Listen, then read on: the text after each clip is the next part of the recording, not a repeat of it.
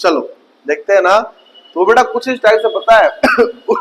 हुए बहुत दिन बुढ़िया एक, चलती थी लाठी को टेक, उसके पास बहुत था माल, जाना था उसको ससुराल, मगर राह में चीते से लेते थे राही को घेर।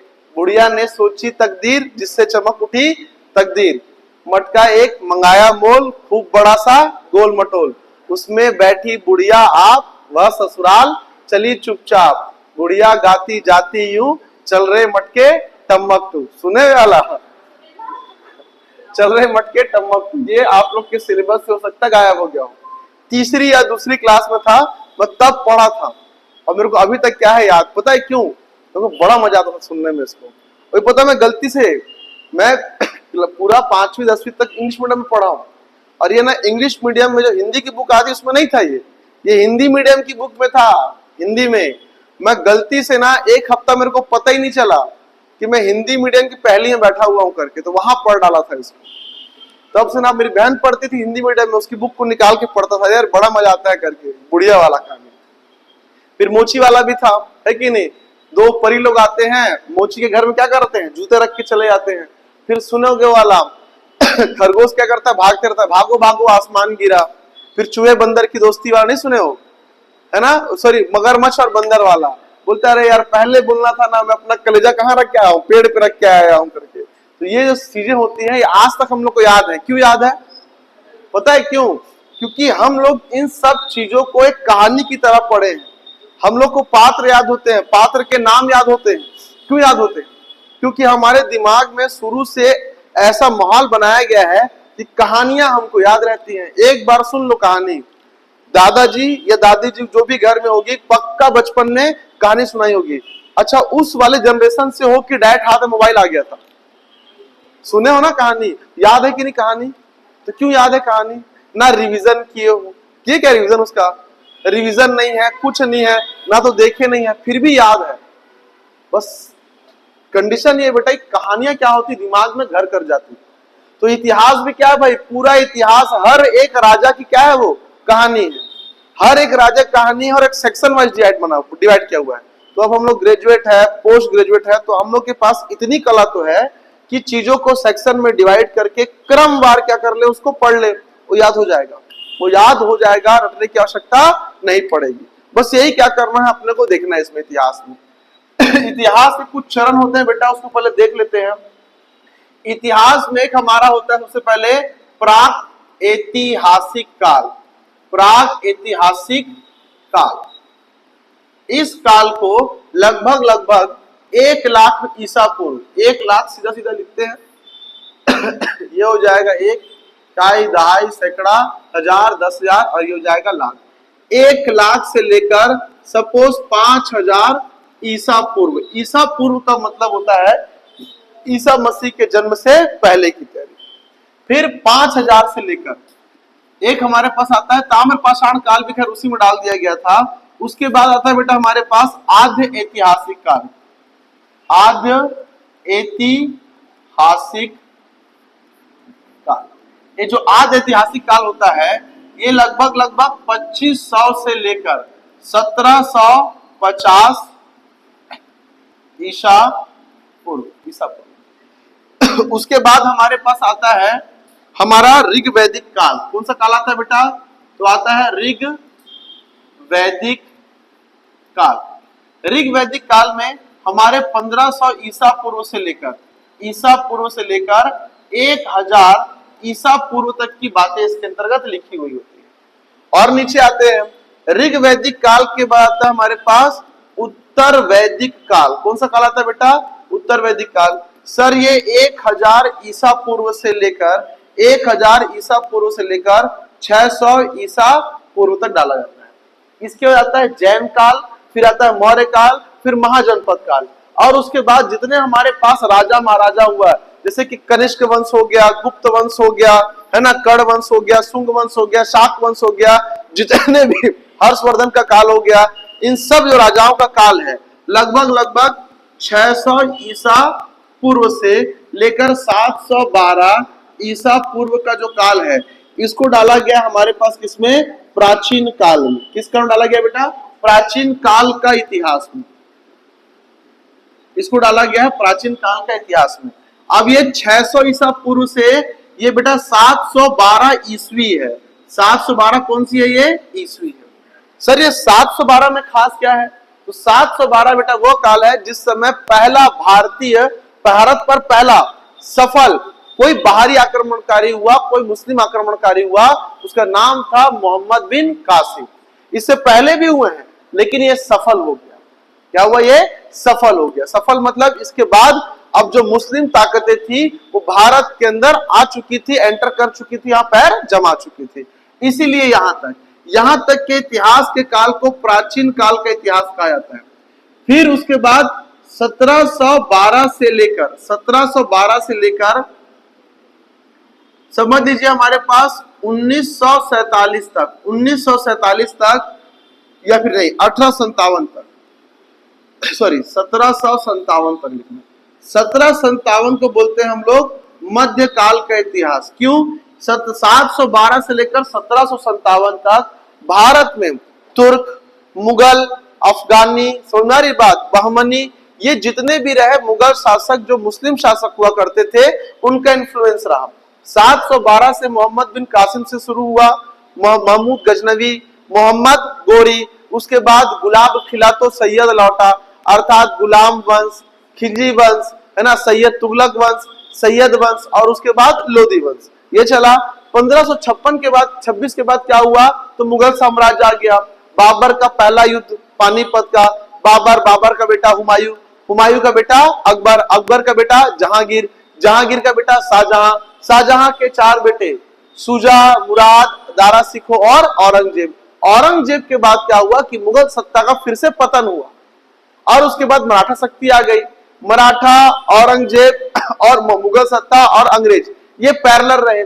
1757 के बाद प्लासी के युद्ध में अंग्रेजों ने बंगाल के नवाब सिराजुद्दौला को हराया और हराने के बाद अब भारत में धीरे धीरे मुगल, राजपूत, इन सब शासकों का पावर कम होने लगा और अंग्रेजों का इन्फ्लुएंस बढ़ने लगा। तो 1757 से लेकर अब तक का जो इतिहास है इसे आधुनिक, क्या बोलते हैं बेटा? इसे आधुनिक इतिहास के नाम से जाना जाता है, इसको मॉडर्न हिस्ट्री के नाम से जाना जाता है।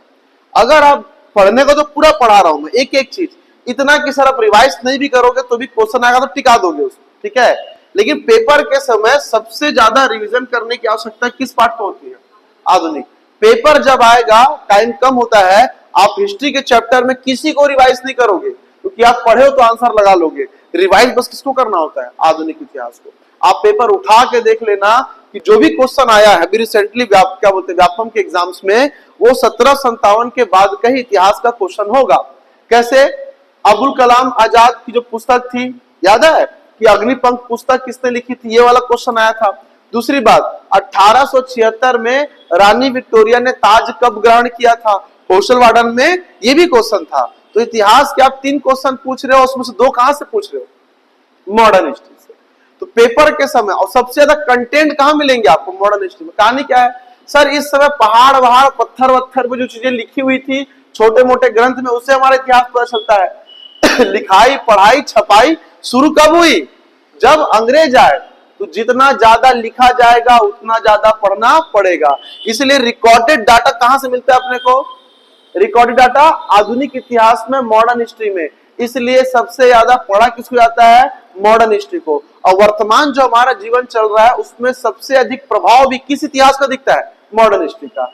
इस काल में तो कुछ शिलालेख, कुछ ताम्रपत्र प्राप्त हुए, उन्हीं को जोड़ जाड़ कर बुद्धिजीवियों ने एक लेख लिख दिया, वही हमारा इतिहास हो गया। कि इस समय क्या हुआ करते थे? यहाँ के लोग खेती किया करते होंगे। क्यों? क्योंकि पशुचारण के साक्ष्य नहीं मिले होंगे। मतलब क्या है? संशय में है। यहाँ पे क्या मिलता है बेटा? तो अपने को परफेक्शन से मिलता है। तो पेपर टाइम रिवीजन किसको करते हैं हम लोग? इसको करते हैं। अब पार्ट सुनिएगा, रुकिए, आराम से लिखिएगा, टेंशन मत लीजिए। ये जो प्राग ऐतिहासिक काल दिया गया है, प्राग ऐतिहासिक काल का मतलब क्या होता है? इतिहास के बारे में जानकारी हमें कहां से मिलती है? इतिहास वह होता है जो कि पुराने शिलालेख, अवशेष, पुरानी वस्तुएं, जिससे हमको जानकारी मिलती है कि यहाँ पहले ऐसे कोई लोग रहा करते थे। वही क्या हमारे पास हमारा इतिहास है। प्राग ऐतिहासिक काल वह काल होता है जिसमें आदि मानव रहा करते थे। उनके पास सभ्यता, लेखन, बोलन और लिपि बनाने की जानकारी नहीं हुआ करती थी। हमारा इतिहास तो है लेकिन एकदम प्राचीन है कि लिखने पढ़ने का साक्ष्य भी ना मिले तो क्या हो जाता है वो प्राग ऐतिहासिक काल। इसको 3 पार्ट में बांटा गया है। प्राग ऐतिहासिक काल में हमारे पास आता है पाषाण काल। कौन सा काल आता है बेटा? पाषाण काल। जब आदमी पत्थर वत्थर का उपयोग करता था, पाषाण काल। पाषाण काल में सबसे पहले हमारे पास है पूरा पाषाण काल, पहले पूरा पाषाण काल। सेकेंड नंबर पर हमारे पास है मध्य पाषाण काल, मध्य पाषाण काल। और थर्ड नंबर पे बेटा हमारे पास नव पाषाण काल, नव पाषाण काल। ये 3 पार्ट हमारे पास दिया हुआ है। इसके बाद आदि ऐतिहासिक काल और मध्य पाषाण काल, इसके बीच में एक काल और आता है। मानव ने सबसे पहले किस धातु का उपयोग किया था? तो तांबा। क्या था? तांबा। तो तांबा से वो पत्थर से पत्थर को छोड़कर धीरे धीरे वो तांबे की तरफ जा रहा था, लेकिन पत्थर को पूरी तरीके से छोड़ नहीं पाया था। पता है क्यों? तांबा बना लूंगा, अब तांबे के कुल्हाड़ी से मैं कितना पेड़ काट सकता हूं? 2 टंगिया मारूंगा, धार मुड़ जाएगा। क्या तांबे के भाले से मैं किसी बड़े जानवर का वध कर सकता हूं, शिकार कर सकता हूं? भाई नहीं कर सकता। 2-3 बार मारूंगा, क्या हो जाएगा? धार मुड़ जाएगा, तब शिकार तुम्हारे पीछे दौड़ेगा। तो वहां पे उस समय कारगर क्या था? तांबे के साथ अभी भी पत्थर के औजार ही क्या थे? कारगर थे। पत्थर उठाकर सर पे पटक दे, मरे गई, कहां जाएगा? बकरा भात खाओ करके। तो इस बीच में बेटा आदि ऐतिहासिक काल और प्राग ऐतिहासिक काल में एक छोटा सा काल आता है, इसको बोलते हैं ताम्र पाषाण काल। क्या बोलते हैं इसको? ताम्र पाषाण काल। ये सभ्यता जुड़ी हुई है। अब जब ताम्र पाषाण काल खत्म हुआ तो उसके बाद जाकर मानव के द्वारा जो उपयोग में लाई जाने वाली धातु बनी, वो बनी कांसा। क्या बनी? कांसा। कांसे का उपयोग कब हुआ? तो कांसे का उपयोग हुआ बेटा हमारे पास हड़प्पा में। इसमें हड़प्पा में, इसीलिए इसे कांस युगीन सभ्यता भी कहते हैं। कांस युगीन सभ्यता भी कहते हैं। दूसरी बात, ये जो हमारा आद्य ऐतिहासिक काल है, प्राग ऐतिहासिक काल जहां लोग लिखना ही पढ़ना नहीं जानते थे। आद्य ऐतिहासिक काल वह काल होता है जिस समय लोग लिखना जानते थे, पढ़ना जानते थे, उन्होंने लिखा भी, लेकिन हम उसको आज तक पढ़ नहीं पाए हैं। हड़प्पा की सभ्यता की लिपियां हम लोग आज तक पढ़ नहीं पाए हैं। तो हम जानते तो है कि हमारा इतिहास है, लेकिन हम पढ़ नहीं पाए। इसका मतलब किसमें? वो अंधकार में है। तो जो इतिहास अंधकार में है उसको बोलते हैं आद्य ऐतिहासिक काल। क्लियर है ये? चलिए, इसके बाद बेटा हमारे पास हड़प्पा सभ्यता खत्म हुई, भारत में आर्य आए जिनके हम वंशज हैं। उन्होंने ऋग्वेद की रचना शुरू की, यहां से मिला ऋग्वेदिक काल। पहली बार किताबें लिखी जाना शुरू हुई। कहां पे? भारत में। ईसा मसीह के जन्म के 1500 साल पहले से किताबें लिखना क्या हो गई?